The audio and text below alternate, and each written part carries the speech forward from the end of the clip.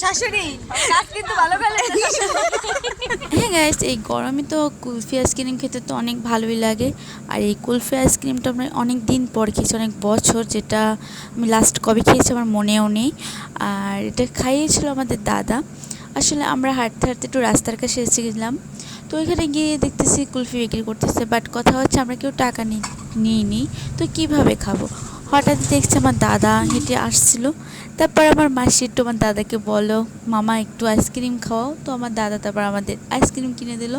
তো সেই ফিলটা ভালোই ছিল। আর এখানে দেখো আমরা কী কী করছি, কথাগুলো শোনো, তো আমাদের সাথে ভিডিও শেয়ার করে নিই। এবার তো সবাই শেষে খায়। শাশুড়ি কাজ কিন্তু ভালো করে। অন্যায় করছে শাশুড়ি। খাও খাও খাও খাও, খা, রিভিউ দে। ভালো ছিল। Thank you.